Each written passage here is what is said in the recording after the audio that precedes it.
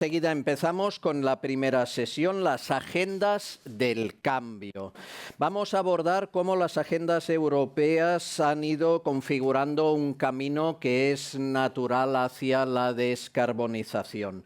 ¿Qué políticas se están implementando? ¿Cómo se transpondrán a nuestra legislación? Y lo que es más importante, ¿cómo afectará esto a la práctica profesional de todos los que estáis aquí, arquitectos, arquitectas? Para responder a todo esto, en esta primera sesión presentaremos los datos actualizados de la descarbonización del sector, con las claves de la EPBD y cómo estos instrumentos es lógico que sean determinantes en vuestra profesión en los próximos años.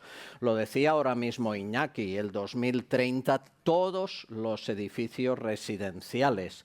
Eso es un reto de una magnitud espectacular, y en el 2028 los públicos. A partir de aquí, evidentemente, lo que se nos viene encima es un tsunami de primera división, como en todos los ámbitos. Pero en los tsunamis hay oportunidades, como os decía al empezar. Un tsunami, pues al final, bueno, vamos hacia la economía verde y vamos a intentar ser constructivos.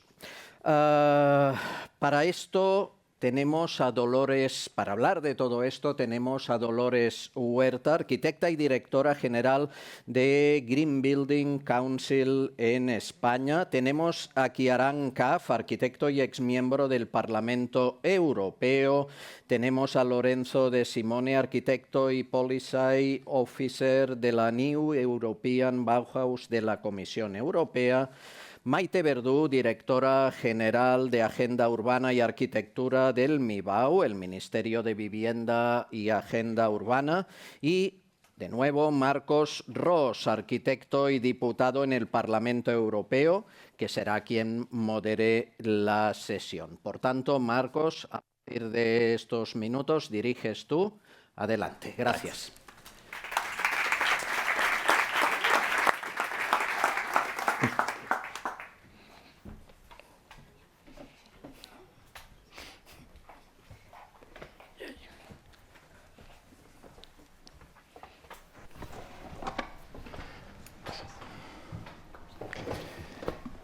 Bien, buenos días.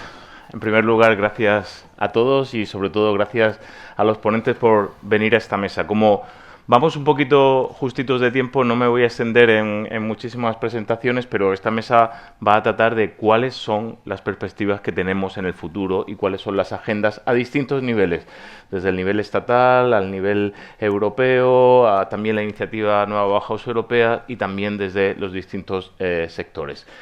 Voy a empezar con Dolores Huerta, que es la directora general de Green Building Council en España. Dolores forma parte del equipo de Green Building Council España desde 2009, ha desempeñado el cargo de secretaria técnica, ha trabajado en la coordinación de distintas áreas de investigación, desarrollo de herramientas de evaluación ambiental, formación, comunicación y relaciones internacionales.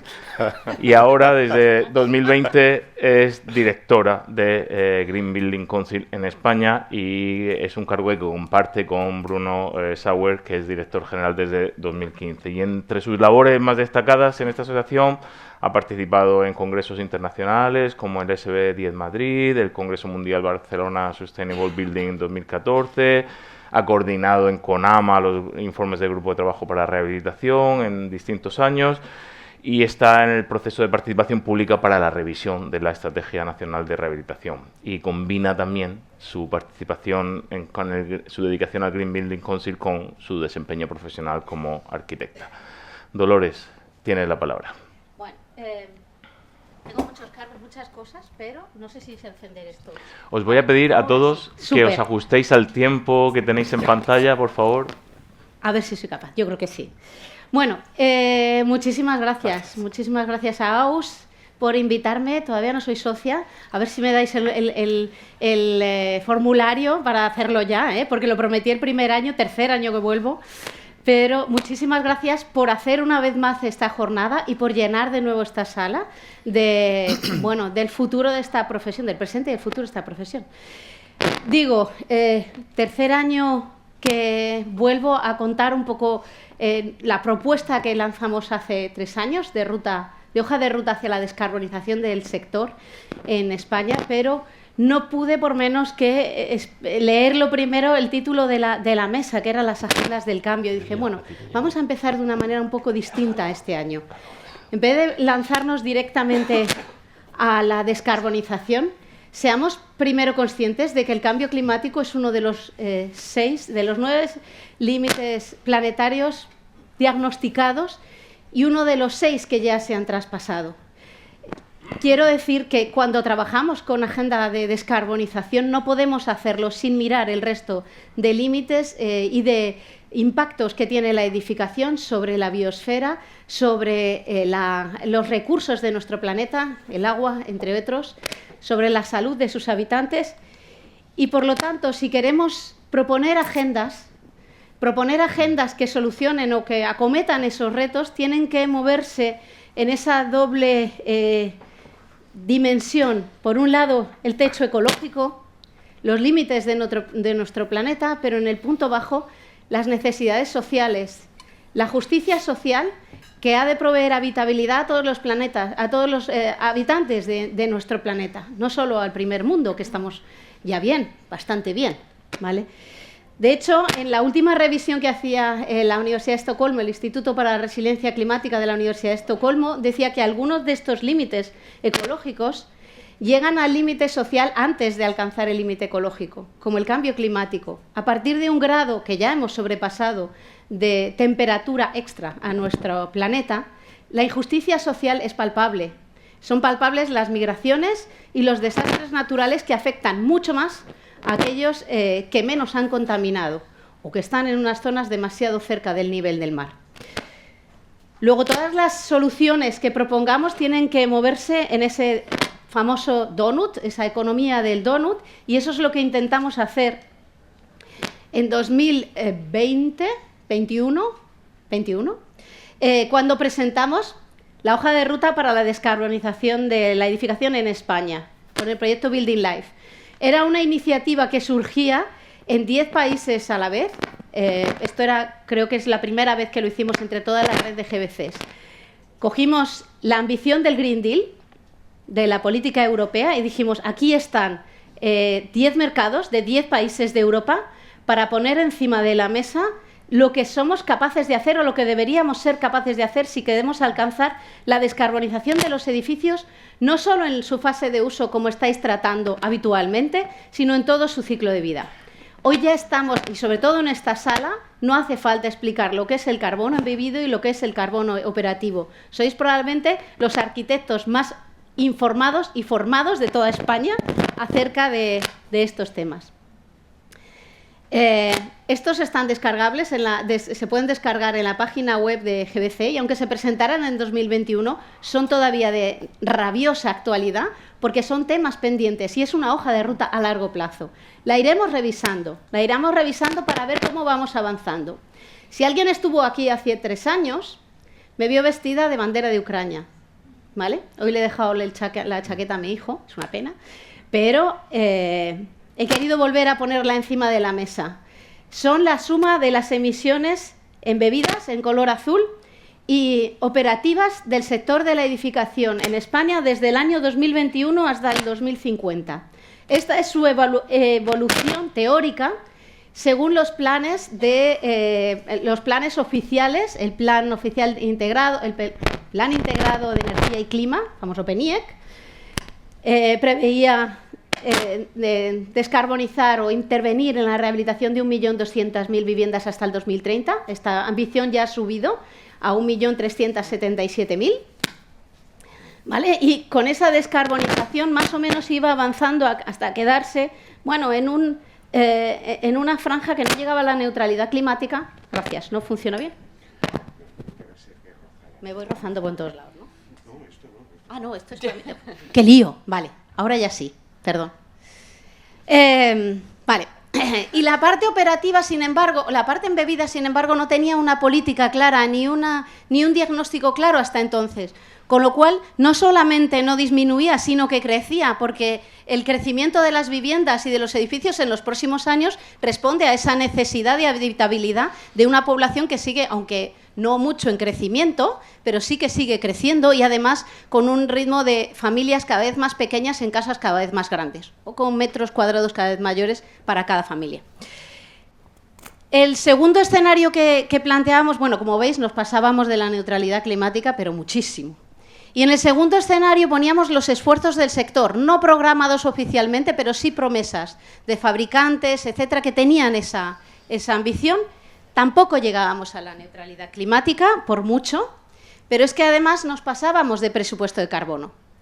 Hicimos una especie de ejercicio mental, porque no deja de ser un número teórico, pero muy significativo, que era, ¿qué pasa si...? Porque necesitábamos, cuando presentamos los dos escenarios en Europa nos dijeron, pues qué bonitos, la bandera de Ucrania muy bien, pero ni la neutralidad climática ni nada, hacedme un escenario que cumpla la neutralidad climática. Hicimos unos datos. Si conseguimos alcanzar no solamente lo que dice la ERESE, sino avanzamos en su ambición, porque sabíamos que se tenía que avanzar en ambición, y llegábamos no a 7 millones, sino a 9 millones de viviendas rehabilitadas en 2050, y eso lo hacemos encogerse, aún así nos quedará una parte de pedazo de queso muy grande, que son las emisiones en bebidas, debidas sobre todo a la nueva construcción. Pues bien, en la hipótesis 1, si no somos capaces de descarbonizar los materiales, las 4 millones de viviendas que deberíamos construir porque la población está creciendo, porque hay necesidad habitacional y de vivienda, se quedarían en 300.000 si queremos cumplir con nuestros compromisos y con nuestro presupuesto de carbono. Ahora ve y cuéntale no solo al sector, sino a la población, que donde hacen falta 4 millones de viviendas nos da para construir con nuestro presupuesto de carbono 300.000. La hipótesis contraria era qué pasa si las construimos, esas 4 millones de viviendas. Bueno, pues que deberíamos estar descarbonizando nuestros materiales a un 52% en 2030 y a un 92% en 2050. Eso es tecnológica, económica y materialmente imposible a día de hoy. A lo mejor hay un milagro, pero yo ya en los milagros creo poco. Así que cogimos una hipótesis intermedia, ¿qué tal si aplicamos la racionalidad en la nueva construcción? Y si además empujamos para que la manera de construir y el mercado de los materiales de construcción se descarboniza mucho más rápidamente de lo que está haciendo.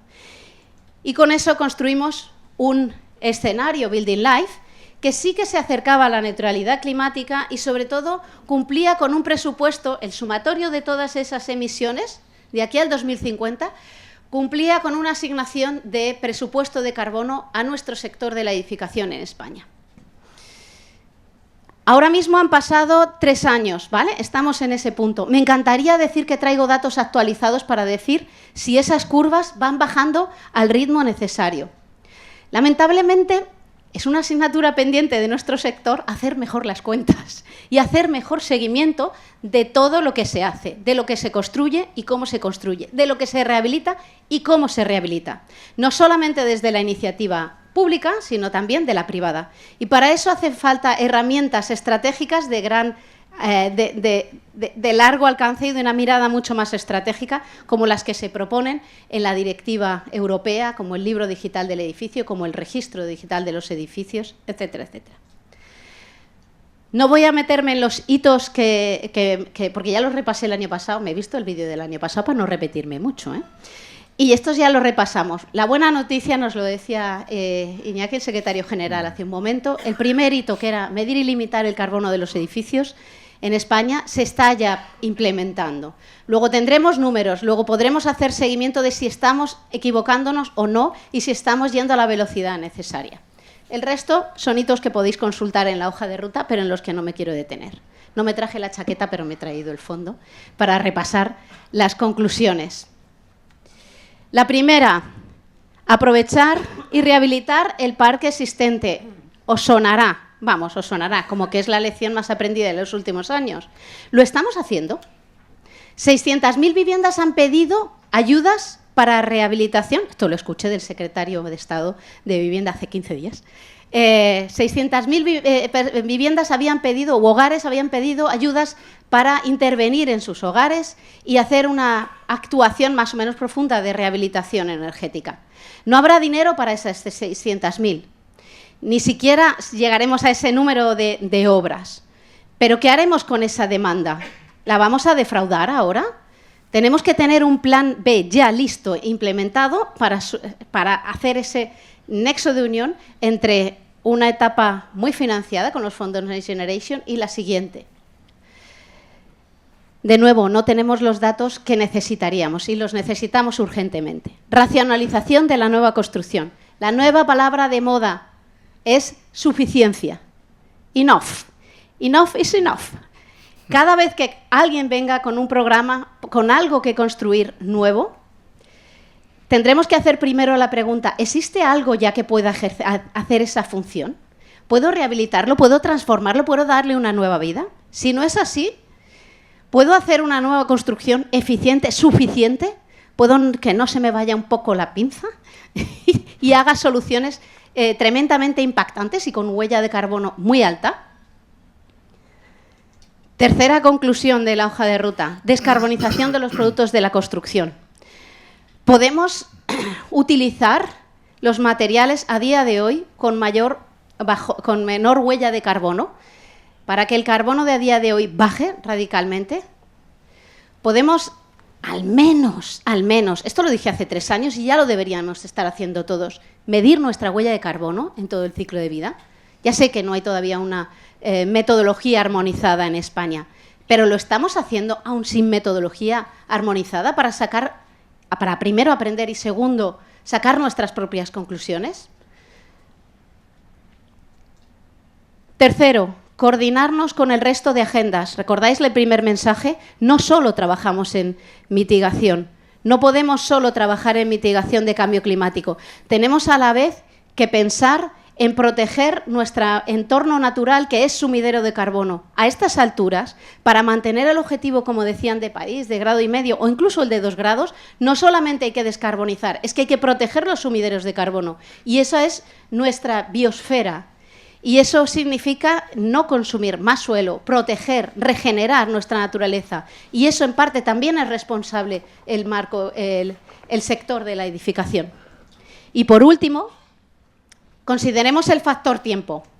Esto que me dice que me he pasado 13 segundos. No, ya que se me ha acabado el tiempo. Bueno, se nos ha acabado el tiempo de presentar hojas de ruta. Os la leéis si queréis, pero por favor, aplicadlas. Aplicadlos a cada uno de vosotros, porque esta hoja de ruta no es ni para la administración ni para las empresas muy grandes, es para todos y cada uno de los que tenemos una responsabilidad, por pequeña que sea, en el sector de la edificación.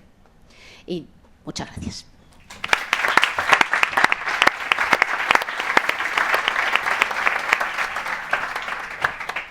Muchas gracias, Dolores, por la visión que nos has dado desde el sector y por el escenario que hay, con cosas esperanzadoras y con cosas también preocupantes, que yo creo que va a ser el balance de toda la jornada. And now I am going to move on to our next speaker, who is also a good colleague and a good friend, Kieran Caffe. He's architect and urban planner. He started in politics in the 80s. He has been councillor in Dublin. But for me, the most important thing is that he has been member of the European Parliament in the past term. He was a very good colleague. We were working together, for example, in EPBD revision, in European Bauhaus report. He has been leading initiatives on sustainable transport, on energy and efficiency in buildings. During his whole career, he has supported a holistic vision for cities, for leading the aspect in the urban growing to be more sustainable, preserving our environment, and of course preserving the quality of life of our citizens. So for me, it's a real pleasure to have Kieran here in our round table. And Kieran, the floor is yours. Thank you, Marcos. Good morning. I have a simple message today, and the message is we can do this. And it's a message of optimism, and it's a message of clarity. And I want to talk about this law, the recast Energy Performance of Buildings Directive. I have lots of pictures, and I will move fast. So, I think many of you know this graph. It is the average temperature measured over 150 years. And in this case, it comes from Dublin, Ireland. It doesn't get very warm, but it does get warm. I was born down there at the dot, 1963. And in recent years, it's getting a lot hotter. So it's not as hot as Madrid or Barcelona, but for us Irish people, this is warm. And we need to do something about it. And Europe is doing something about it. The European Union says it wants to reduce greenhouse gas emissions 55% by 2030. And we're moving more or less in that direction, but we need to move fast and we need to move further.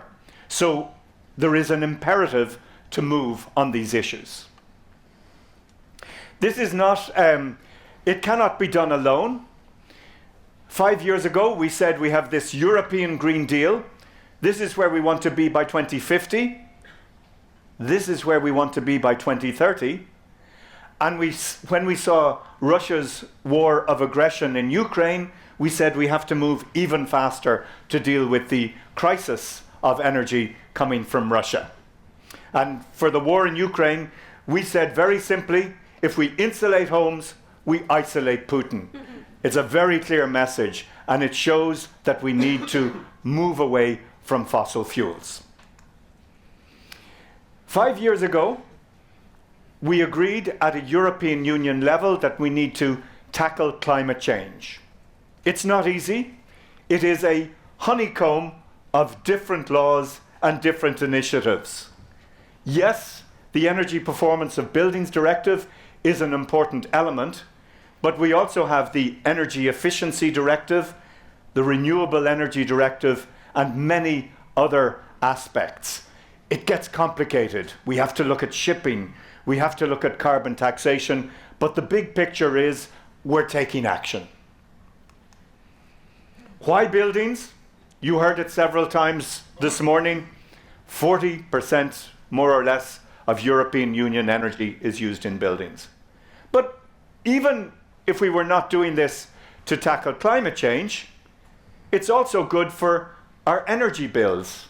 It's good for air quality, and we're becoming much more aware of air quality inside and outside of buildings, and it creates jobs, your jobs, for the next 25 years. What do we tackle in this law? We tackle the energy use and the CO2 emissions in buildings, and in doing so, we also want to tackle air quality. There's lots of other laws, I mentioned them earlier, but the bottom line, this new law, the EPBD, will tackle energy and greenhouse gas emissions. There's lots of different systems you can look at. You're familiar with BREEAM, with LEED, Passive House, EU levels. I would love to take on every aspect of the built environment, but within the EPBD, it's just pushing these issues down at the bottom. We cannot do everything with one law. It's interesting to look at the impact of buildings on our lives and on the environment. And in many ways, because of the greenhouse gas emissions, our buildings are having a negative environmental impact. And we want to flip that into having a positive impact, so that when we go to sleep at night, we can sleep soundly and say, my buildings are having a positive impact on the well-being of the planet. Part of that will be moving towards the circular economy, reusing materials, thinking about how we move things around, less extraction.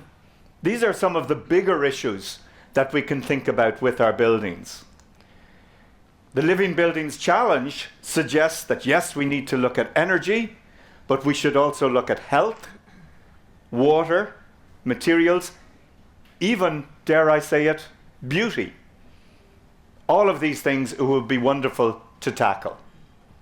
And then the elephant in the room is sufficiency. How can we ensure that we don't use too much? And we have to rethink demand in the middle of a climate emergency. Not easy to do, but I think we do have to think about sufficiency. Anyway, back to the legislation. This is not the first Energy Performance of Buildings Directive.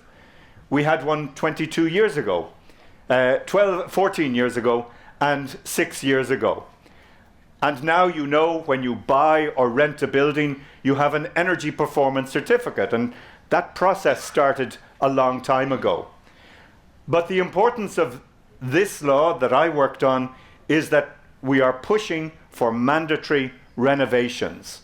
So there is pressure to move. It's not easy. Every country has a different approach. Every country has different measurements. It's a bit of a nightmare because a C in Germany is an A in the Netherlands or a B in Portugal. So when I started on this law, I said, I'm going to change all of this. It was not possible. I met the Minister for the Environment in the Netherlands. He said, Kieran, we changed our system 2 years ago. We will not change it for 10 years. So I tried, but it wasn't possible. And just for interest, in Belgium, they don't have one system. They have 3 different systems in Flanders, Wallonia, and the Brussels capital region.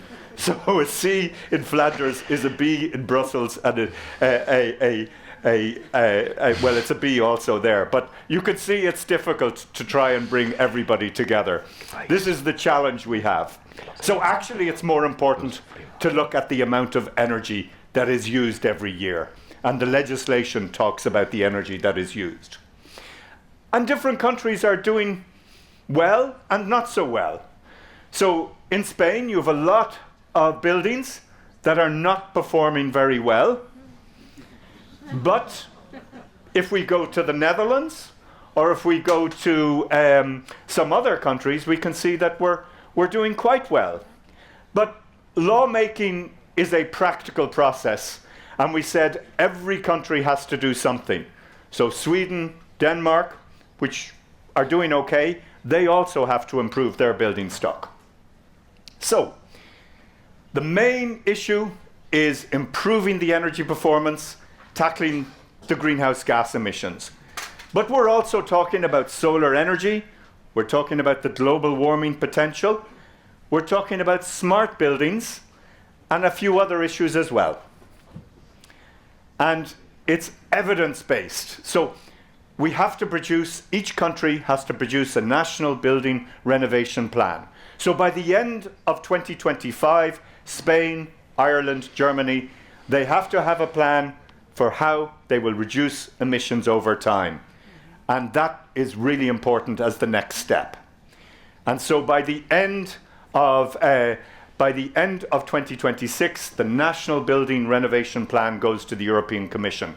It says what will be done in each country. And really, there's a big challenge. This is one of the buildings in Brussels. It has an F energy rating, and we want to move that up over time.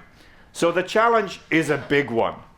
And, you know, some people talk about the money. It could be 3 trillion euro. That's a lot of money. Anyway, that's where we want to get to by 2050, and we want to gradually improve things over time. There are exclusions. A holiday home, we don't have to renovate. A heritage building is excluded. That does not mean that we don't do anything to an old building, but it means for the purpose of the law, it is not included. Churches, agriculture buildings as well. But we do want to move slowly over time. We want to move towards new buildings being zero emissions. We want to measure the global warming potential. By the year 2030, you will have to measure the global warming potential. This is the actual requirement.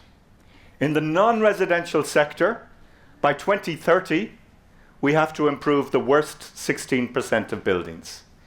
In the residential sector, we look at it somewhat differently. Why? Because the Italians said, Brussels wants to take your home. So we said, okay, we're not going to take your home, but we do want to see a reduction in energy use. So there is not an obligation on the individual house owner to make that change, but there is an obligation to save energy. So the governments will have to encourage you to save energy. And we try and start with the worst first. Why? Because this tackles energy poverty. And sometimes it's relatively easy. If you put insulation on the outside, solar on the top, you can dramatically reduce the energy that is used. And we want to push solar because we're in the middle of a solar revolution. The prices have come way down and we can do a lot with this. So gradually there will be an obligation to use solar on new buildings. And we also talk about zero emission buildings. We mean buildings that get their energy from renewables, from district heating, and this is where we would like to be. It's about 10% lower than the current nearly zero emission buildings. So we want to move on all of these. We also have these building renovation passports so that you know where you can go and you know the steps that you can take next. It's a roadmap for the deep renovation of buildings, and each country has to have a scheme for this. We're also looking at technical building systems where we make sure the technology works well so that the owner has some control over the energy that they use, and it can allow us to reduce the energy use over time. And we make the link to mobility so that here's a scheme in Hamburg, deep renovation of the buildings, but they also put 3 cars available for the residents. So you're not only saving energy in the building, you also think again about your mobility needs and reducing your carbon footprint. So when you do a deep renovation, you have to put in charging points in the garage in the building. So we're thinking more holistically about the greenhouse gas emissions. And we want the buildings to be smart. We want them to adapt to the needs of the owner. So, and the data, we're interested in the data because the post-occupation evaluation can allow us to think about how to better manage the building itself. And we want to make sure people have information. So the ordinary householder, we want to have one-stop shops so you can get good information that tells you what to do. Because on the radio, on TV, there's lots of ads. Change your boiler, change your windows, do this, do that. So we need good, impartial information. In this case, in Cork, this office is somewhere you can walk into and get clear, impartial information about renovations. So we need one-stop shops. The money. Don't worry about the figures. The bottom line, a lot of the money will come from Europe. It will come from the multi-annual financial framework. It is coming from the Recovery and Resilience Facility, and there are other sources of money like Life Europe, the Just Transition Fund, the Emissions Trading Scheme. So about half of the money for renovations will come from the European Union in the years ahead. We also need the skills, as well as the financial incentives. So we need to upskill, and that means better qualifications focused on deep renovations. So, to conclude, what do we need? We need deep renovations. We need responsive buildings that adapt and learn. We need the money. But I think all of these things are being pursued. This is a house in Dublin. It's 90 years old. It's had a deep renovation. You can see the insulation on the side wall. The insulation is inside the front wall, new windows, solar panels, and the emissions are under 25 kilowatts per square meter per year. So we can do this. And there are good practical examples of how this can be done. And I think this is my last slide. It's social housing for older people, and it was brought up by Dublin City Council to a passive house standard. And the residents said they love it. They love their homes. There's a common room where they meet and talk to each other, so it's a really positive change. The last thing I want to say is, this is all about working together, not just in the European Parliament, where I worked with colleagues from Denmark, from Bulgaria, from Portugal, from different political views, but for you, it's about working with engineers, with quantity surveyors, with local authorities to deliver this together. I think we all want to see it happen. I think there's a lot of enthusiasm. We can do this together, and I think we're living in the middle of a gentle revolution. It's changing everything that we do: construction, transport, energy, agriculture, but it is a positive step for all of us. Thank you.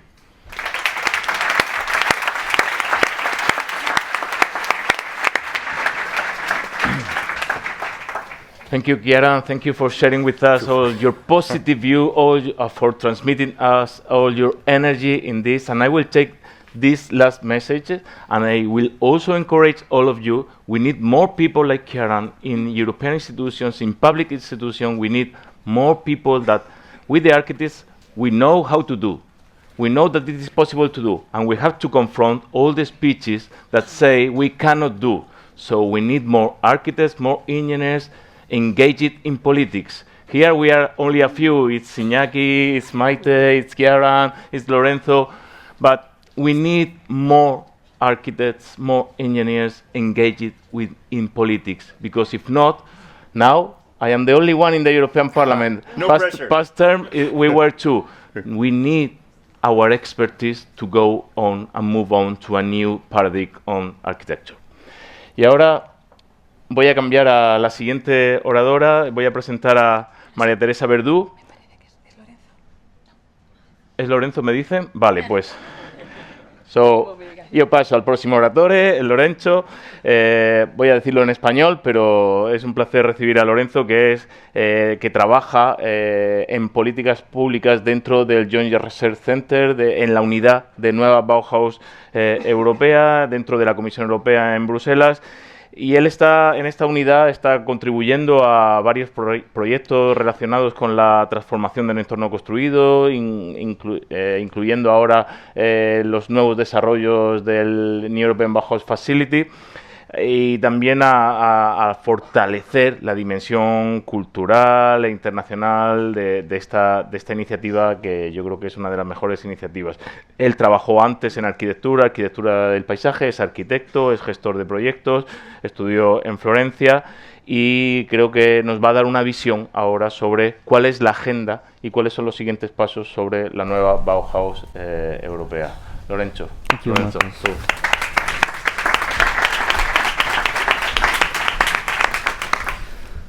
Thanks a lot, Marcus, and thank you to the organizers for making time for us today.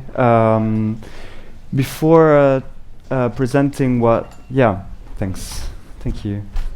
What's planned for the next 3-4 years of the European Bauhaus, I would like to look back at what was done until now. So as you know, the European Bauhaus is a policy and funding initiative that was launched in 2021 by the European Commission, with a high ambition of bringing the targets of the Green Deal closer to the European citizens. And we wanted to do it in a beautiful, sustainable, inclusive way. And here we've extracted just some data about the projects and the funding that was mobilized under the European Bauhaus. And it's not only about the funding and the number of projects, but what's striking, I think, it's also to look at the number of people that were actually involved in this. This initiative gained a big traction among European initiatives, and the community is our most vital part and our pride, let's say. I think that in the beginning the European Bauhaus was set to look at multiple things, not only architecture but also fashion, lifestyle, product design, and so much more. But I have the impression that in the last couple of years, the focus narrowed down to architecture and the built environment. And why is that? I think we've seen already some data about this crisis that we live in, that we're experiencing. And here I would like to bring your attention to other data related to how the residential typology is spread in Europe. So 70% of the built surface in Europe is dedicated to residential.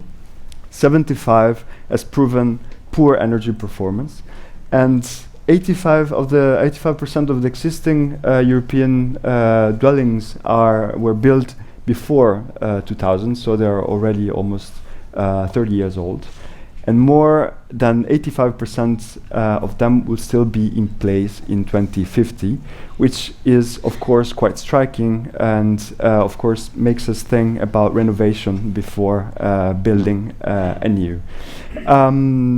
So I extracted some data about the money that the NEB has mobilized, but this is very little, I think, because the NEB as a narrative was used by many other programs and many projects and many people around Europe to activate several projects on the ground. And I have selected just some of them to give you an idea of what's happening.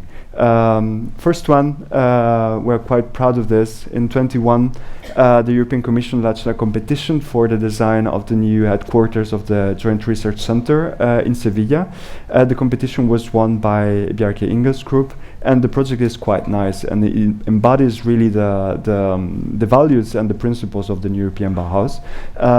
The building is called Solar Dome. It works as a solar battery, providing energy not only for the project itself, but also putting energy at the service of the city.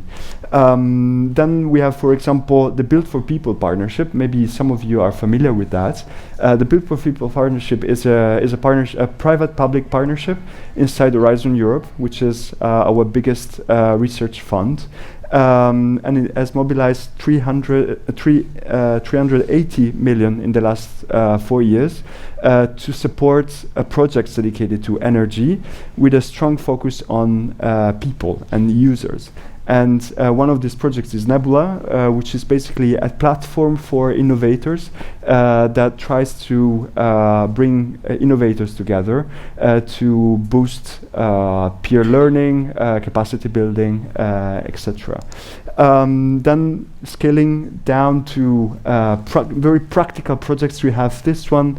It's a Dutch startup that designed a very innovative solar panel that allows to be completely disassembled, making it easy for producers and suppliers to really extract raw materials and bring them back into the supply chain, into the market. And then there's also what the community is doing. Here we have a consortium of organizations from the northern countries of Europe, led by the Aalto University in Finland. They are gathering together to organize moments and events and platforms to really raise awareness on the successes of the timber technology in the Northern Europe, so that it can be explained and illustrated to other people all over Europe and beyond. And then as a last nice project, I selected this one, which I really like, is the winner of one of the prizes of 2023.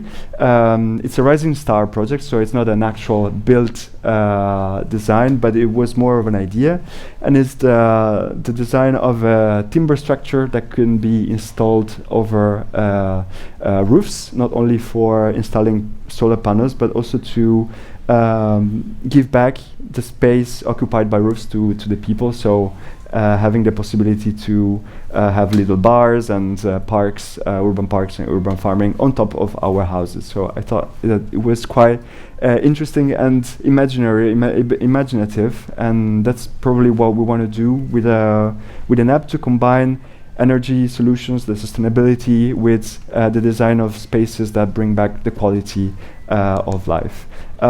We have a lot of projects on the dashboard, on the website. You can have a taste of what's going on. The NEB has infiltrated 9 European funds already, but of course, I don't think that this is enough. We don't think that this is enough. There's still a long way to go, as my colleagues were saying before, and that's probably why earlier this year our political masters decided to allocate some specific funding to the European Bauhaus. So the NEB facility was born. It's an instrument anchored in Horizon Europe, which is again our biggest research and innovation fund. So the facility will work for the next 3 years until 27, with approximately 120 million per year, and working in these 3 very interesting streams. The first one being connecting the green transformation with the social inclusion and local democracy. So going back to the social democracy pillar, the inclusion pillar, and then more concretely also on circular and regenerative approaches for the built environment, looking of course at technological solutions for energy, for buildings, and mainly for building, I would say. And as a third strand, we have a work on innovative funding, because of course we cannot just expect public funding to be mobilized. There's a lot of potential also in private funding, for example, and we need to study how to access that as well. This is for what regards the research and innovation components. About 15 calls, 15 competitions will be launched at the beginning of next year. So we think that that will definitely contribute also to this transition, especially at the scale of the neighborhoods. But of course, it's not only about funding. I think that the NEB works also in other streams. It's about communicating what we do, like this. Like in events like this one, for example. It's about working with the community, and last but not least, is about also working on the development and explanation through tools, through documents, the explanation of what the European Bauhaus is about, and the concretization of the values and the principles. As a first mother tool, a couple of years ago, the NEB Compass was published. It really explains what we mean by these 3 very difficult words, I think, beautiful, sustainable, and together. So if you are in doubt, you can always look at that as a compass, really, to guide you through projects. But talking with our community, talking with professionals on the ground, we found out that this language was maybe a little bit too abstract and a little bit far from actual applications. So in the past years, we've tried to cover that and develop new tools. One of them being the NEB Investment Guidelines, which is a very, very interesting document that was published earlier this year. And it really targets investors, developers, project owners to understand what is the correlations between these 3 values and the actual markets, the actual projects. So how concretely link these different aspects with investments, with project developments. And the document is really interesting because it also has concrete recommendations. So depending on which kind of user are you are a project owner, you have money, you want to invest in a project that is sustainable. So the document explains what are the benefits, what's in for you, and what are the challenges, how to overcome them. Then I want to mention this one, the NEB self-assessment tool, which is upcoming in the next couple of weeks, I think. So we're almost there. A couple of years ago, via a preparatory action supported by the Parliament, a knowledge management platform for the NEB was started to be developed.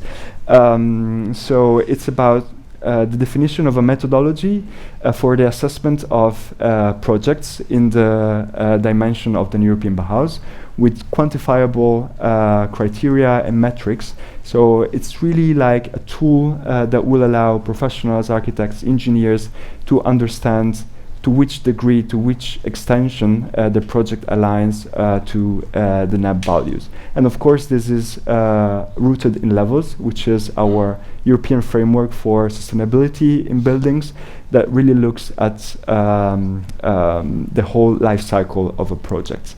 Of course, we've been talking about the EPBD. The NAB is mentioned there, and what I find funny is that, of course, in the PBD you see that the European Bauhaus is called as an initiative to participate into this and really empower local authorities to develop innovative solutions to support the transition. But what's nice is also to read that the EPBD itself is called to contribute to the development of the European Bauhaus. So I think that for us it's just a reminder of how reciprocal things are and how are we all in this together. So it's not only us helping the directive, but it's a give and take sort of dynamic that is, I think, really important. And for the next steps, of course, there's the drafting of the delegated acts to refine the articles of the directive, which will come up in the next year, and of course the role of the member states here will be very important, and then of course the drafting of the guidance. Last but not least, and I'm ahead of time, so it's great, just a little reference to the new mandate of the President of the European Commission that has put quite high in her priority the reference to housing, and specifically affordable housing. So I think that this gives us a lot of work to all of us architects. I think that really puts a lot of weight on us, but I think we're ready for that. And my last message would be that I was not here today only to tell you what the European Bauhaus is doing, but also to hear from you, hear from the speakers, what is expected from us, from Europe. So I will be in listening mode, and thanks a lot for your attention.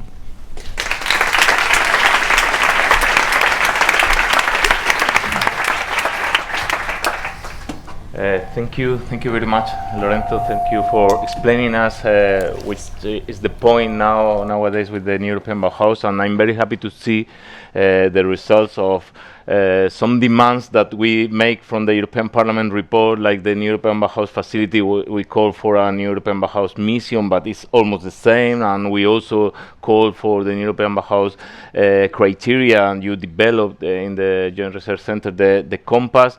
So we will go on fighting to more demands and more developing on issues related to European Bauhaus.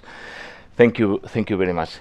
Y ahora, como última oradora, pasamos a María Teresa Verdú, que, bueno, os presentaré, que lleva más de 15 años en experiencia de planificación, coordinación y asesoría dentro del sector público. Es arquitecta de la Hacienda Pública con máster en urbanismo, estudios territoriales y también en gestión pública, y que ha dedicado su carrera al servicio público fundamentalmente, enfocándose en vivienda, en urbanismo, en arquitectura y en la gestión presupuestaria. Pero lo más importante, y por lo que está aquí hoy, es que es la directora general de Agenda Urbana y Arquitectura del Ministerio de Vivienda y Agenda Urbana, y tiene el objetivo de posicionar a la arquitectura como herramienta para el bienestar ciudadano e implementar la agenda urbana en los territorios de nuestro país. Por lo tanto, Maite, tienes la palabra para ver cómo va a ser el proceso, entiendo, más o menos, de transposición o de aplicación de la directiva dentro de nuestro país. Muchas gracias. Bueno, muchas gracias, Marcos, y buenos días a todos. Y agradecer en primer lugar al COAC y al Consejo Superior que nos haya invitado. No sé si se me oye. ¿No? Lo tengo encendido,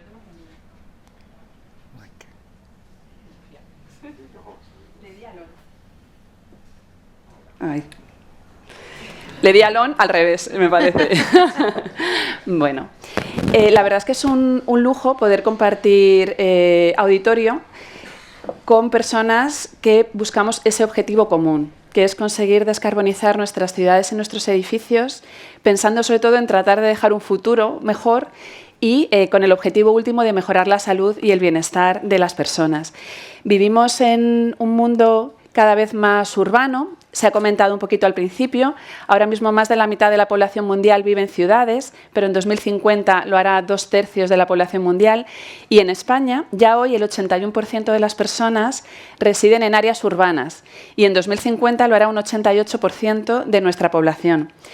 Todo esto la Unión Europea es perfectamente conocedora de ello y por eso, en la nueva Directiva de Eficiencia Energética de los Edificios nos propone retos cada vez más exigentes. Ese reto de llegar a la descarbonización de todo el parque inmobiliario en 2050. La directiva nos va explicando qué quiere que hagamos en edificios nuevos, en edificios existentes, en función de los distintos usos, en periodos distintos. Ahora vamos a entrar en detalle, pero no nos dice cómo. Y yo creo que es ahí donde nosotros tenemos que hacer esa reflexión, o al menos donde hemos hecho esa reflexión desde la Secretaría General y desde la Dirección General. ¿Cómo hacer esta transposición? En primer lugar, desde la arquitectura. Se puede hacer de muchas maneras, podemos intervenir en los edificios de muchísimas maneras, pero somos arquitectos y debemos reivindicar en este sentido el papel que tiene nuestra profesión. Y ahí podemos apoyarnos en la Ley de Calidad de Arquitectura que aprobamos en 2022. ¿De qué más maneras? De manera integral. No solo desde la perspectiva de escalar la rehabilitación, no ir edificio a edificio, tratar de movernos en áreas, sino también tratar de potenciar sus beneficios, ya que trabajamos desde el punto de vista energético, busquemos qué más hace falta en estos edificios. Temas de accesibilidad, de confort, de integración en el entorno. Esto ya lo hicimos cuando aprobamos el Plan de Impulso a la Rehabilitación de Edificios Públicos, lo ha comentado el Secretario General, y nos apoyamos para ello en la New European Bauhaus, que es verdad que nos dio ese apoyo para que la Comisión Europea nos permitiera que se financiara no solo eficiencia energética, sino el resto de actuaciones. ¿Y qué más? Pues, por supuesto, sin dejar a nadie atrás, teniendo especial cuidado con todos los temas de pobreza energética, porque al final aquellos edificios que más lo necesitan suelen ser en los que reside población más vulnerable. Tenemos que ver de qué manera podemos ayudar y que esto se convierta en un instrumento que nos permita mejorar socialmente. La directiva nos propone distintos instrumentos, lo ha comentado Kiaran, yo ahora profundizaré en algunos de ellos. Algunos los llevamos directamente en el Ministerio de Vivienda y con otros trabajamos de manera coordinada con el Ministerio de Transición Ecológica. Ahora los vamos viendo. La directiva no nace de la nada, está contextualizada con una serie de instrumentos europeos que nos dan ese marco.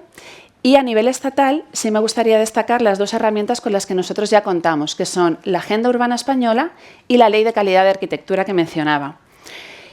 Estos dos instrumentos nos dan la clave para que, además de ser un reto, lo podamos afrontar como una oportunidad de diseñar las ciudades del futuro, las ciudades que nos reclama la Agenda Urbana Española. Ciudades más saludables, más sostenibles, donde podamos renaturalizar nuestros espacios, donde haya lugares de convivencia.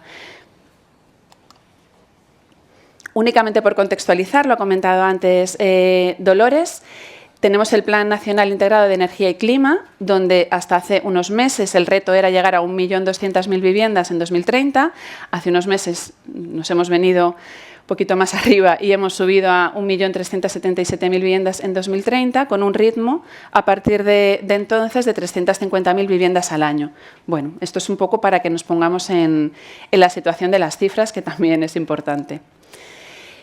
Y entro en materia. La directiva diferencia edificios nuevos y edificios existentes. Comentar un poco cuáles son los instrumentos que aprueba para cada uno de ellos, porque lo trata de forma diferenciada. Para los edificios nuevos, se define el edificio cero emisiones como aquel que tiene un cero consumo o muy bajo, cero emisiones o muy bajas procedentes de combustibles fósiles in situ y, sobre todo, la utilización de energías renovables. Es decir, no va tanto a reducir el consumo, que también, sino estos otros dos factores, el tema de las emisiones y el tema de la energía renovable. Las fechas son perentorias, 2030 para todos los edificios. Adelantamos esa obligación para los edificios públicos, apelando al papel ejemplarizante que tenemos que mostrar las administraciones públicas a 2028. El segundo instrumento es la declaración de potencial de calentamiento global. Y esto es una novedad muy importante, porque hasta ahora, cuando hablábamos de eficiencia energética, lo hacíamos pensando en el momento en el que los edificios entraban en uso. Pero ahora nos dice la directiva que no, que tenemos que tener en cuenta desde el momento en el que fabricamos esos materiales, toda la vida del edificio, su demolición, la gestión de los residuos, y todo ello cambia un poquito la perspectiva y la forma de concebir el proyecto y luego la rehabilitación.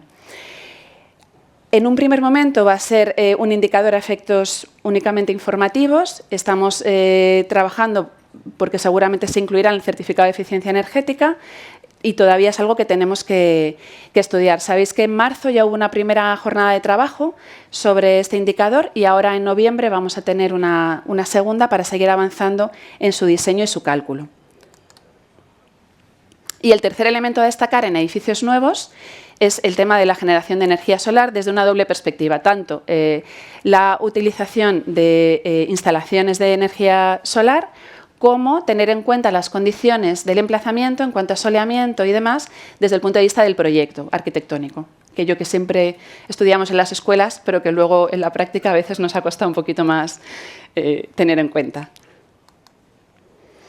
Y en edificios existentes, aquí la directiva sí que diferencia entre edificios residenciales y no residenciales, diferencia por usos. En los edificios no residenciales es muy exigente y define lo que llamamos los MEPs, que son las normas mínimas de eficiencia energética para edificios no residenciales.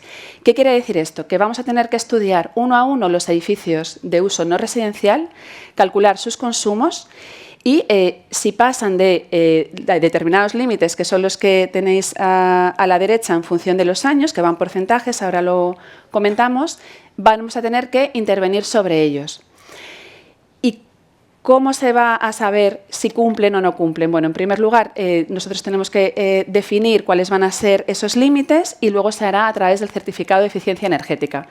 Para ello, tenemos que tocar también el certificado de eficiencia energética, porque el certificado nace para un único objetivo, que era el informativo entre propietarios, compradores y vendedores de vivienda, y cada vez le estamos asignando más usos, por ejemplo, para conseguir ayudas o temas de financiación verde en los bancos, y el certificado no tiene esa rigurosidad como para poder utilizarlo, con lo cual somos conscientes que aquí tenemos un trabajo de análisis para poderlo actualizar y mejorar la cantidad, la calidad de los datos, darle una pensada a si necesitamos valores numéricos o seguimos con la calificación por letras. Bueno, un momento de reflexión.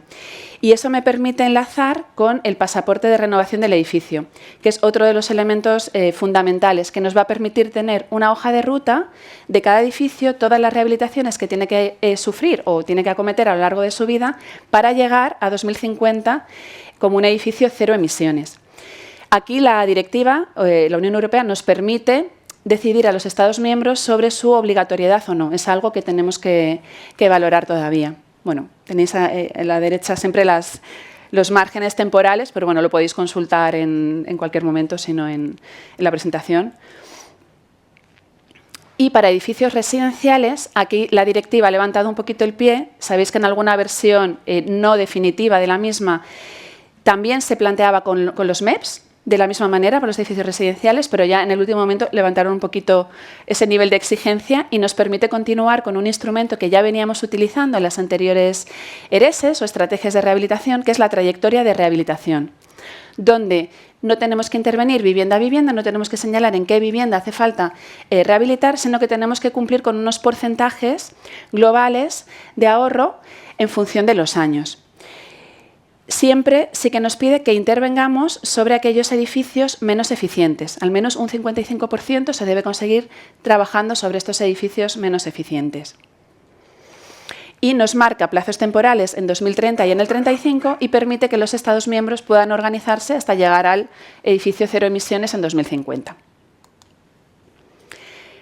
Bueno, esto es lo que nos pide la directiva a grandes rasgos. Hay muchas otras cosas, como ha comentado también Kiaran, respecto de la digitalización y otro tipo de instrumentos, pero bueno, por centrarnos un poco en la parte que más nos afecta como arquitectos.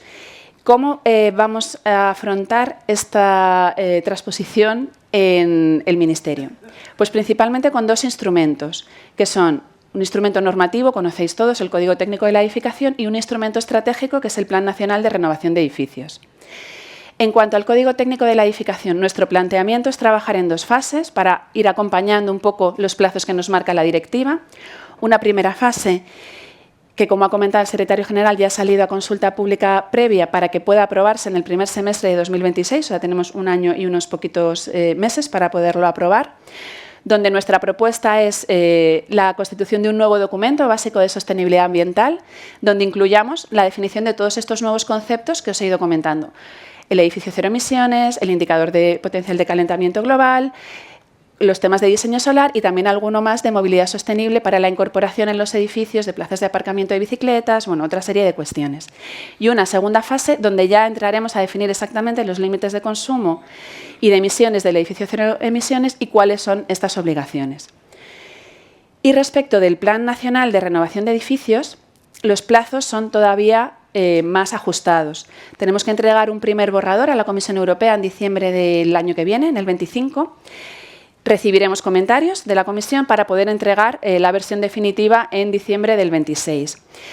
En este sentido, el plan es sucesor de las distintas estrategias de rehabilitación que hemos ido aprobando. Es verdad que España siempre ha estado muy bien posicionada, siempre han sido muy bien valoradas las estrategias desde el punto de vista de la Comisión Europea.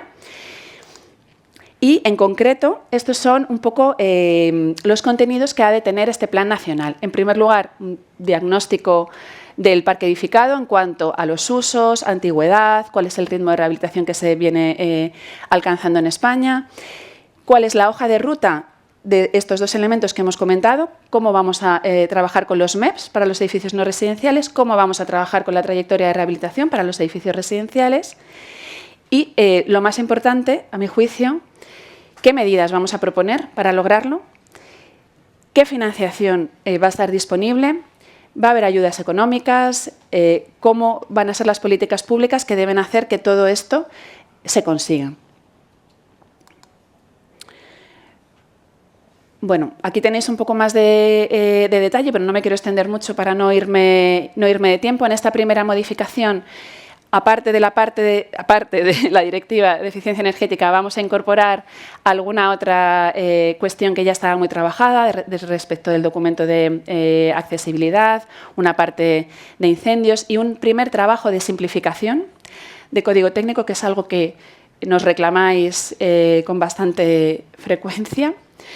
Y, sobre todo, en la segunda modificación, queremos ahondar un poco más con esta actualización y simplificación completa del código técnico. Es verdad que nace en 2007, lleva muchos años, hemos ido actualizando cada uno de los documentos de forma parcial, pero creemos que sí que es necesario una revisión para sistematizar un poco y tratar de que sea más sencillo, sin perder la rigurosidad.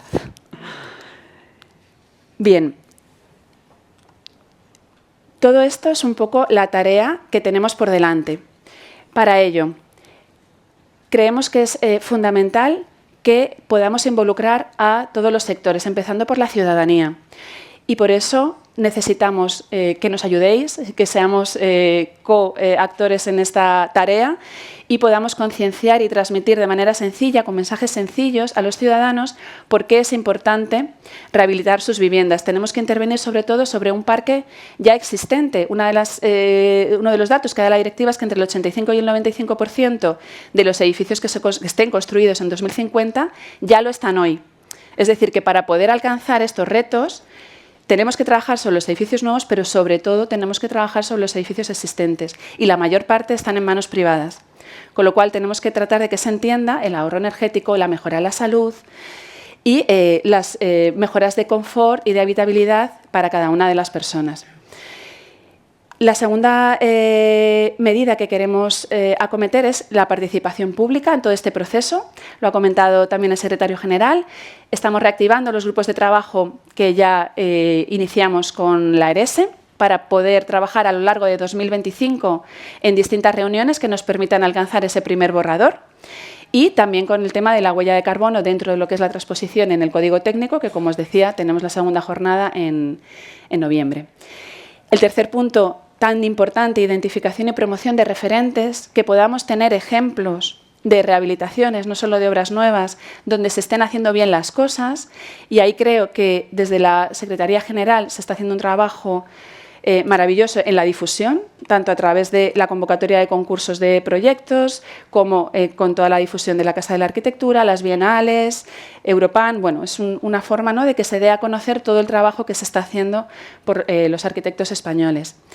Y por último, tenemos interés en poder posicionarnos como un proyecto piloto dentro de la Unión Europea. Lo comentaba, ya las anteriores ERES han estado muy bien valoradas. Creemos que tenemos todas las herramientas a nuestro alcance para poder conseguirlo también con este proyecto, que es más que una adaptación normativa. Eso me ha encantado, lo ha comentado el decano. No me gustaría que nos quedáramos con que tenemos que transponer una normativa, sino es un poco un cambio en el concepto, la concepción de la rehabilitación, donde los arquitectos somos los agentes que tenemos que acercar este nuevo concepto a los ciudadanos, y lo tenemos al alcance de nuestra mano, la posibilidad de decidir cómo queremos que sean nuestras ciudades y nuestros edificios en un futuro. Aprovechémoslo. Bueno, gracias.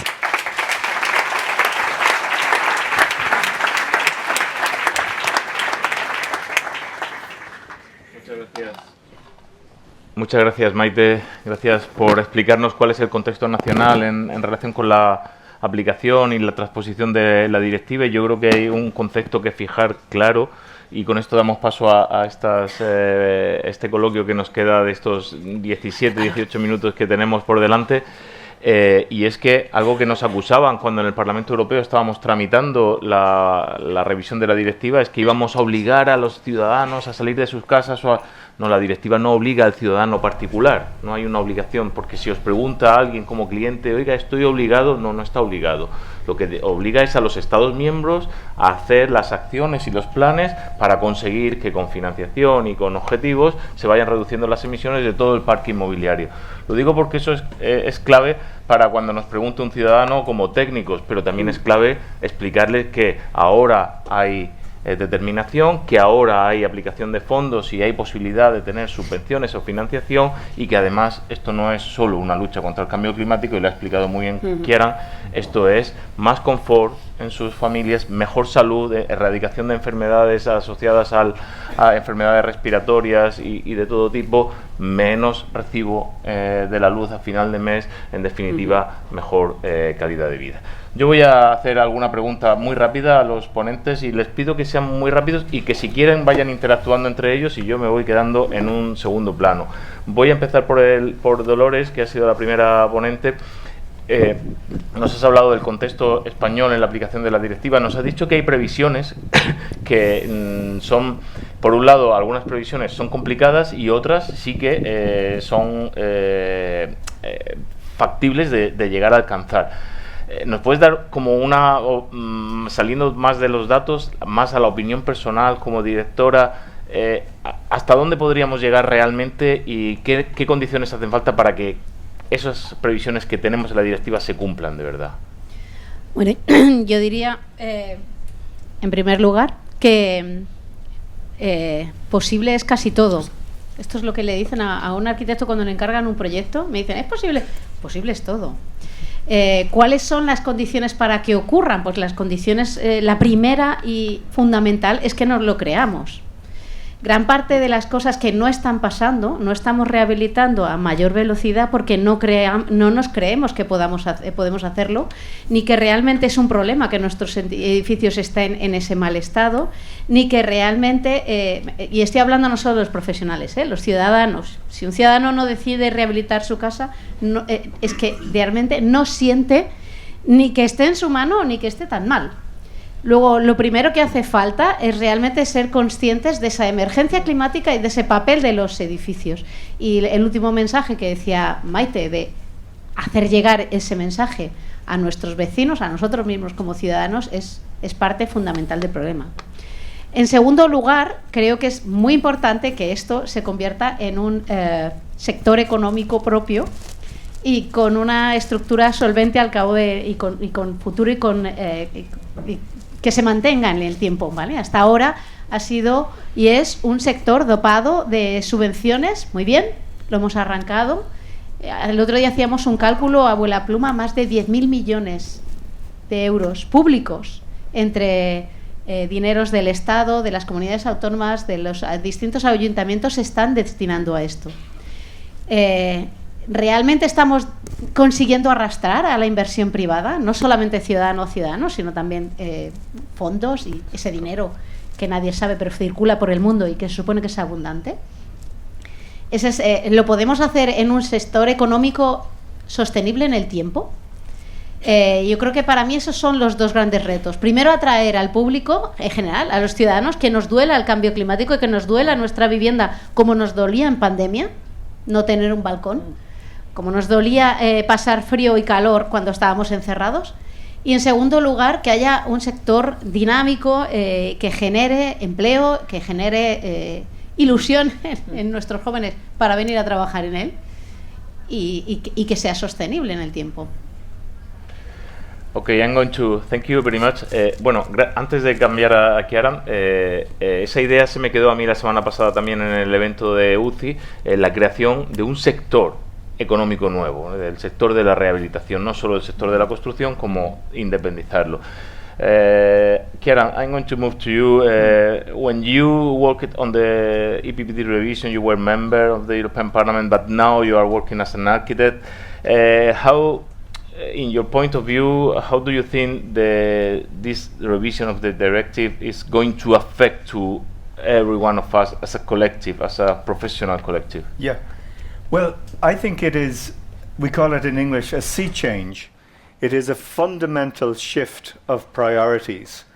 And I think at an academic level, there's quite a bit of discussion of this. Last year in Ireland, the 7 schools of architecture, they sat down and they said, how do we have to change our curriculum to adapt to the challenge of climate change?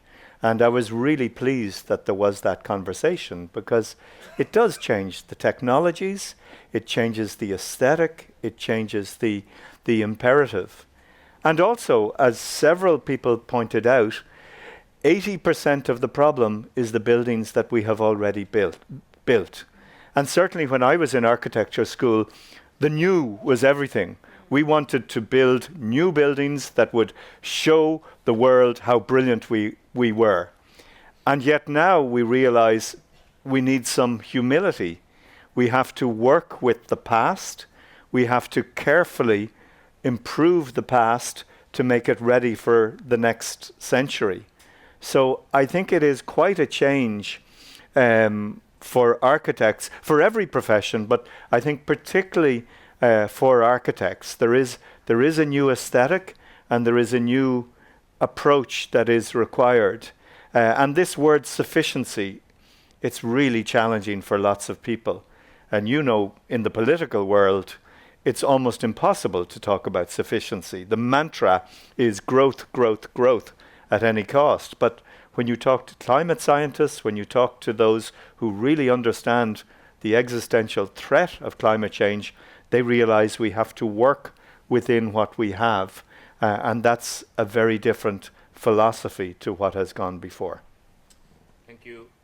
Thank you very much, Kieran. You both are almost saying the same. You are talking about a new paradigm of architecture profession, the renovation, and you are talking about a new sector in the building industry. So we are now facing the growing of a new paradigm in our old sector and the profession. Lorenzo, I am, when I go to a lot of debates and so on to explain what's the new European Bauhaus as rapporteur in the European Parliament, I always say that the renovation wave and all this process that we are going to start now with a lot of millions of euros in funding should be a pity if we finally end only with putting solar panels on buildings or recovering buildings with these sometimes horrible materials that isolate them, but they are not creating good architecture and quality architecture. European Bauhaus stresses the need to balance the energy efficiencies with beauty, which means also quality, comfort, affordability, accessibility, and togetherness. Are you developing in the European Commission tools to try to implement the renovation wave and the EPBD revision with this criteria of beauty and togetherness linked to the new European Bauhaus principles? Thanks, Marcus. Yes, I think that one of our main objectives in the past years and in next years were indeed to make these values more accessible and more understandable to everybody, and that's why the Compass was created, and then the investment guidelines, and I think that's a new tool that will very much help in this direction is the one that will be published in a couple of weeks, I think, the NEP self-assessment tool, which will really contain scientific criteria to understand how your project is aligned to the values of the NEP, not only on the sustainability pillar, but also for what regards the aesthetics and really the quality of the experience in a building and in a built space. Apart from that, specifically on beauty, we've also tried to boost our communication with the Davos Baukultur quality system, which is always referenced in our latest documents. That's also really important because we do a very similar thing. We strive for quality in architecture. The vocabulary is sometimes a little bit different, but at the end of the day, we really have a similar objective. And it's of course about tools, the ones that I've mentioned, the ones that we're discussing. Also, Karen presented some of the tools that are already available, BREEAM, etc. But the European Bauhaus also has this approach of a more soft support. So not only through concrete tools, but really raising awareness, talking to the people, asking what's needed, and we think that can help also communities to understand that this is not just coming from above, but that we are all have a part to play in this transition. Thank you very much. With these final sentences is what I always share with you, that European Bauhaus encourage every one of us to implement these three values in our daily life, in our refurbishment, in our work. It is not only a question of funding or initiatives, it's that we, all of us, can be engaged with this view of the architecture. Y ahora cambio a Maite desde la visión estatal que nos ha dado. Hay una parte, me llega una pregunta también desde el público, aprovecho para decir que se podían formular preguntas al público y me las van pasando, no piensen que yo estoy aquí con el móvil hablando con todo el mundo mientras hago la sesión, me van pasando las preguntas y por eso lo voy mirando. Hay una cuestión y es el Plan Nacional de Renovación tendrá que definir los edificios que están en el 16% de más bajo rendimiento. Me preguntan desde el público cuál va a ser la metodología para hacer eso y yo añado, ese 16% de edificios en el peor rendimiento suelen ser también donde se dan las condiciones de más vulnerabilidad social y energética. ¿Cómo vamos a financiar si además Next Generation acaba ya pronto pero siguen quedando fondos estructurales? ¿Qué previsiones hay para que las personas con mayor tasa de vulnerabilidad social y energética no tengan además que sufrir una carga extra en sus economías que ya de por sí son complicadas? Sí, pues la verdad que la directiva ahí sí que nos ha dado un respiro, porque es verdad que esos porcentajes se están refiriendo a los edificios no residenciales o al uso no residencial, que es ahí donde tenemos que identificar cada uno de los edificios y ver si cumple o no cumple. Entonces, toda esa metodología es lo que tenemos que definir, tenemos libertad, los Estados miembros, para definirla, y es lo que tenemos que trabajar durante todo este periodo para poder llegar a diciembre del año que viene con una metodología sólida. Eso no quiere decir que no estemos buscando o tengamos en mente los temas de pobreza energética desde el punto de vista más del uso residencial, ¿no? Desde la vivienda, que es lo que más nos puede preocupar. Y ahí yo creo que tenemos una oportunidad muy buena y en la que os pediremos también ayuda, por la creación de la nueva comisaria de Vivienda y Energía en la Unión Europea. Entonces, esa creación de esa figura, yo creo que nos está dando una pista de que es posible que desde la Unión Europea pueda haber fondos destinados a vivienda relacionados con los temas energéticos. Y aparte, otro de los instrumentos que está sobrevolando es el Fondo Social por el Clima. Tenemos que ver de qué manera traemos fondos de toda esta cantidad de millones que se pueden manejar para poder financiar este tipo de actuaciones.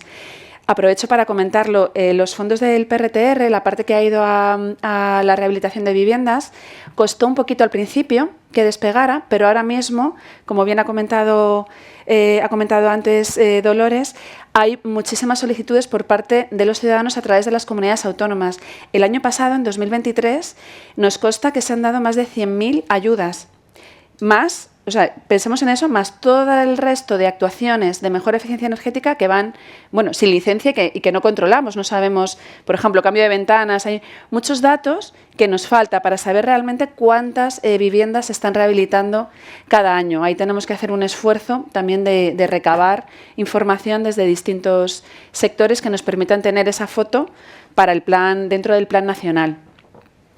Bien, muchas gracias. Gracias, Maite, por aclarar, porque yo creo que es importante aclarar dónde vamos a empezar y por dónde vamos y cuál va a ser el camino que va a seguir tanto la transposición de la directiva como la aplicación de los planes nacionales de renovación, que son fundamentales. A mí me gustaría estar toda la mañana aquí hasta las 2 de la tarde debatiendo con estos 4 maravillosos ponentes, pero me indican que ya estamos casi fuera de tiempo y, por lo tanto, simplemente algunas cosas por recapitular. Tenemos un sector que está naciendo y que hay que potenciar y que tiene que darse cuenta y asumir a sí mismo que es un nuevo sector y que probablemente no que se desligue del sector habitual de la construcción, pero que sí tenga sus dinámicas propias y no esté dependiendo, porque hasta ahora lo que hemos vivido siempre es que quien no tenía mercado para hacer obra nueva se iba a la rehabilitación, pero creo que ha quedado bien claro también, que Aaron lo ha dicho, la creación de nuevos empleos que, ligados a la oleada de renovación, la Comisión Europea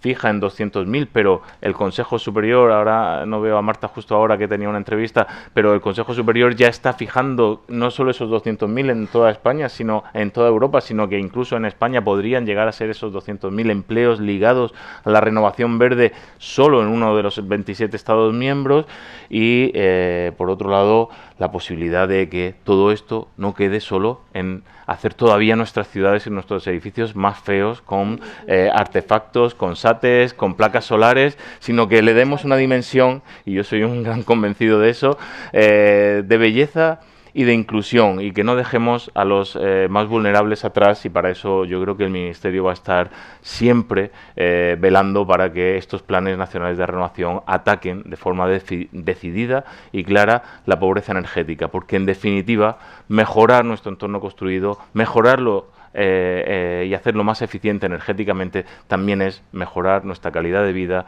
nuestra salud y nuestra confort en el día a día. Por eso yo llamo a seguir descarbonizando la arquitectura y doy las gracias y un fuerte aplauso a los 4 ponentes.